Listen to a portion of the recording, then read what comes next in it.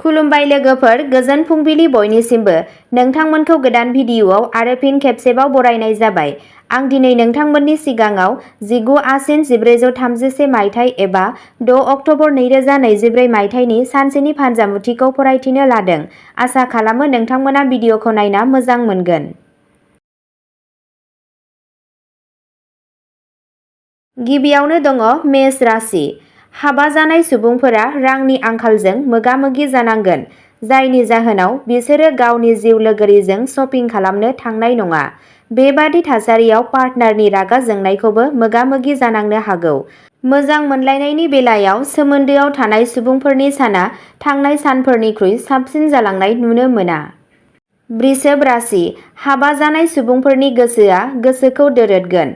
बेनि अनगायैबो सानजौफुआव पार्टनारजों नांलायनायबो जानो हागौ।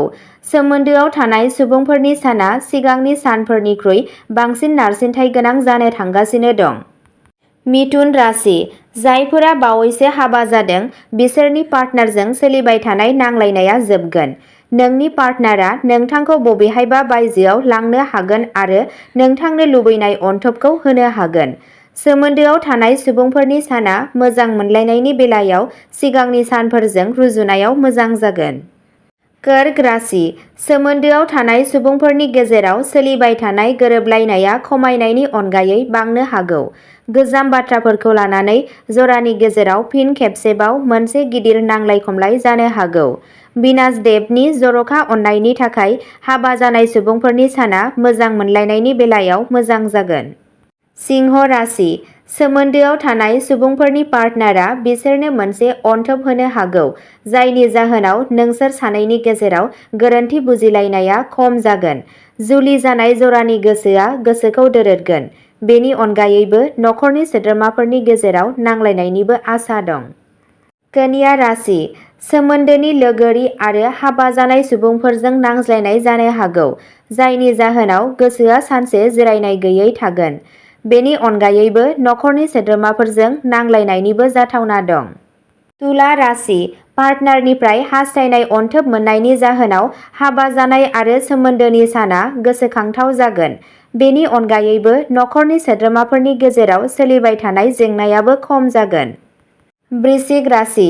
सोमोन्दोनि लोगोरि आरो हाबा जानाय सुबुंफोरजों गोरोबलायै जानो हागौ, जायनि जाहोनाव गोसोआ सानसे एसे गोजोन गैयै जालांगोन।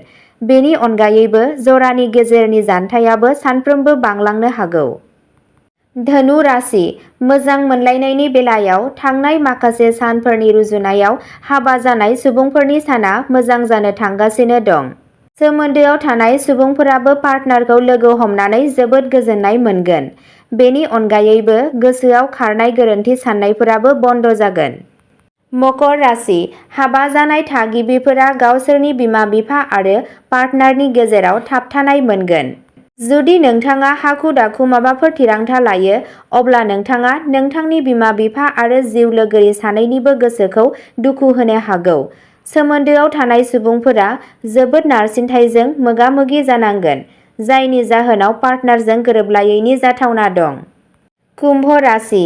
थांनाय माखासे साननिफ्रायनो जुदि सोमोन्दोआव जुलि जानाय आरो जरानि गेजेराव गोरोबलायै जायो, अब्ला कुम्भ राशिनि सुबुंफोरनि पार्टनारा बिसोरनिफ्राय आलादा जानो थिरांथा लानो हागौ, जायनि जाहोनाव बे राशिनि सुबुंफोरनि गोसोआ गोजोन गैयै जागोन।